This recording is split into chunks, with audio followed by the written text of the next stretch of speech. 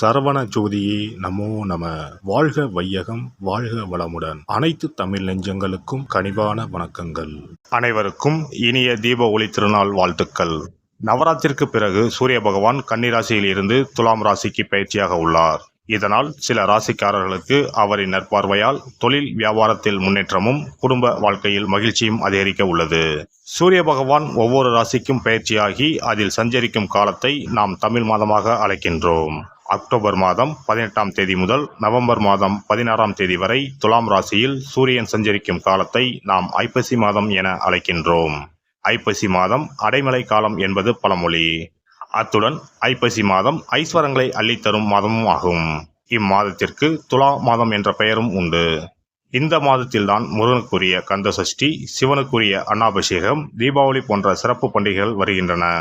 இந்த ஐப்பசி மாதமானது விசுவாச ஆண்டு அக்டோபர் மாதம் 18ஆம் தேதி சனிக்கிழமை அன்று துவாதசி திதியில் பூரம் நட்சத்திரத்தில் சுப்பிரம் நாமயோகத்தில் தைத்தூலம் கரணத்தில் சித்த யோகத்தில் சனி மகா பிரதோஷம் கூடிய நன்னாளில் இந்த அற்புதமான ஐப்பசி மாதம் பிறக்கிறது.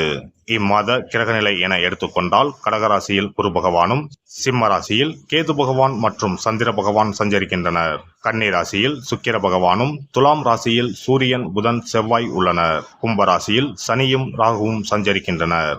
இம்மாத கிரக பயிற்சி என எடுத்துக்கொண்டால் செவ்வாய் பகவான் ஐப்பசி மாதம் 10ஆம் தேதி துலாம் ராசியில் இருந்து விருச்சக ராசிக்கு பயிற்சியாகின்றார்.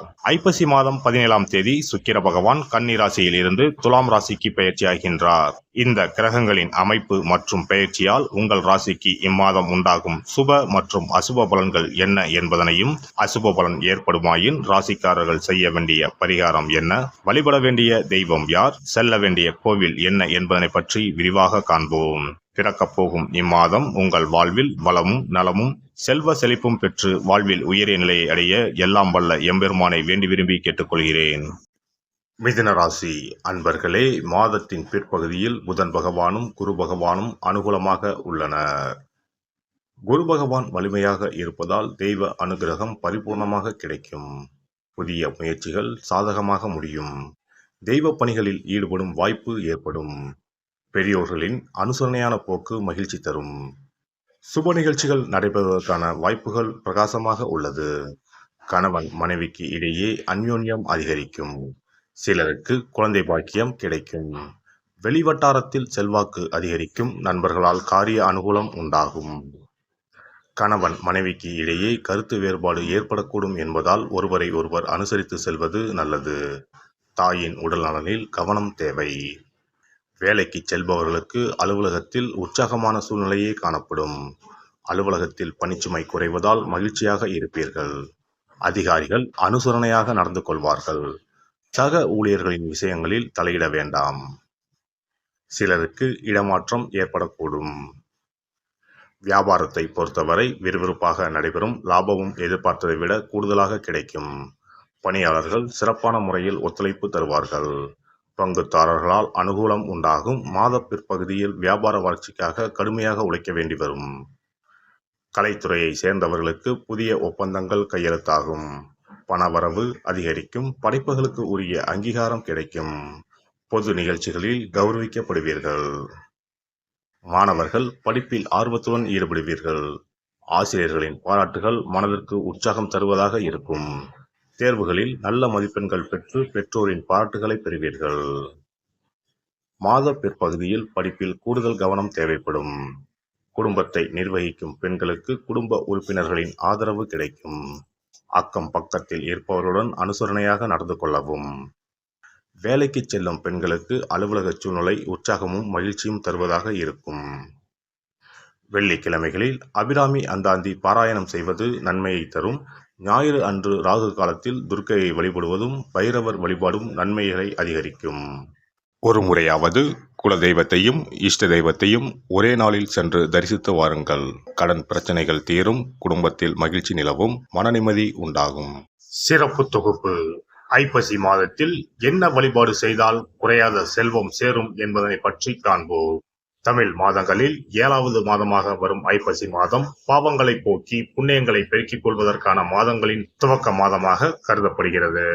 ஐப்பசி மாதத்தில் என்னென்ன வழிபாடுகள் செய்வதால் வீட்டில் குறைவில்லாத செல்வம் சேர்ந்து கொண்டே இருக்கும், கடன் பிரச்சனைகளில் இருந்து வெளியே வருவதற்கு வழி கிடைக்கும், என்னென்ன காரியங்கள் செய்தால் வீட்டில் நன்மைகள் பெருகிக் கொண்டே இருக்கும் என்பதனை பற்றி காணலாம். ஐப்பசி மாதம் என்பது மழைக்காலத்தின் துவக்க மாதமாகும். சூரிய பகவான் துலாம் ராசியில் சஞ்சரிக்கக்கூடிய மாதம் என்பதால் இதனை துலாம் மாதம் என்றும் சொல்லுவதுண்டு. தமிழ் மாதங்களில் ஐப்பசி மாதம் என்பது ஐஸ்வர்யங்களையும் கேட்ட வரங்களையும் அள்ளி கொடுக்கக்கூடிய மாதமாக அமைகிறது. குறிப்பாக வீட்டில் செல்வ செழிப்பு குறையாமல் சேர்ந்து கொண்டே இருப்பதற்கு மகாலட்சுமியின் அருளை பெறுவதற்குரிய மிக முக்கியமான மாதமாக ஐப்பசி மாதம் கருதப்படுகிறது. ஐப்பசி மாதத்தில் செய்யக்கூடிய வழிபாடுகளுக்கு பலன்கள் அதிகம். இந்த துலாம் மாதத்தில் காவிரியில் சென்று புனித நீராடுவது மிகவும் சிறப்பானதாகும். ஐப்பசி மாதத்தில் கங்கை உள்ளிட்ட அனைத்து புனித நதிகளும் தங்களின் சக்தியை புதுப்பித்துக் கொள்ளவும் பாவங்களை போக்கிக் கொள்ளவும் காவிரியில் வந்து ஐக்கியமாகி நீராடி செல்வதாக ஐதீகம். அதனால் இந்த மாதத்தில் காவிரியில் நீராடினால் அனைத்து புனித நதிகளிலும் நீராடிய பலனை பெற முடியும். ஐப்பசி மாதத்தில் சிவபெருமானை வழிபடுவது சிறந்தது. ஐப்பசி மாத பௌர்ணமியில் சிவபெருமானுக்கு அன்னாபிஷேகம் செய்வது வழக்கம். இந்த மாதத்தில் அன்னாபிஷேகத்திற்கு தேவையான அரிசி, காய்கறிகள் போன்றவற்றை கோவிலுக்கு தானமாக கொடுப்பது நல்லது. இதனால் வீட்டில் எப்போதும் உணவு பஞ்சம் என்பதே ஏற்படாது. ஒரு அன்னாபிஷேகத்தை தரிசித்தால் கோடி லிங்கங்களை தரிசித்து வழிபட்ட புண்ணிய பலன் கிடைக்கும்.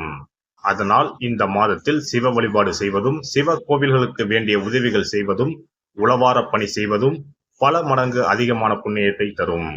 ஐப்பசி மாதத்தில் வரும் பிரதோஷம் மிகவும் மகத்துவம் வாய்ந்ததாகும். இந்த நாளில் விரதம் இருந்து சிவபெருமானை வழிபட்டால் வேண்டுதல்கள் நிறைவேறும்.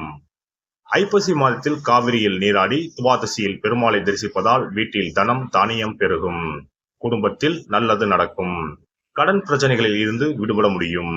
நாம் வாங்கிய கடன் மட்டுமின்றி பிறவி கடனையும் தீர்க்கும் புண்ணியம் சேரும் மாதம் ஐப்பசி மாதமாகும். ஐப்பசி மாதத்தில் வரும் ஒவ்வொரு வெள்ளிக்கிழமையிலும் மாலையில் வீட்டில் 6 நெய் தீபம் ஏற்றி மகாலட்சுமியை வழிபடுவது சிறந்தது. இதனால் மகாலட்சுமியின் அருள் எப்போதும் நம்முடைய வீட்டில் நிறைந்திருக்கும். மகாலட்சுமியின் அருட்கடாட்சத்தால் வீட்டில் குறையாத செல்வம் சேரும், கடன் பிரச்சனைகள் தீரும். அதேபோல் ஐப்பசி மாத வெள்ளிக்கிழமைகளில் லட்சுமி குபேர பூஜை செய்வதும் சிறப்பானதாகும். குபேரருக்கு நாணயங்களால் அபிஷேகம் அர்ச்சனை செய்து வழிபடலாம்.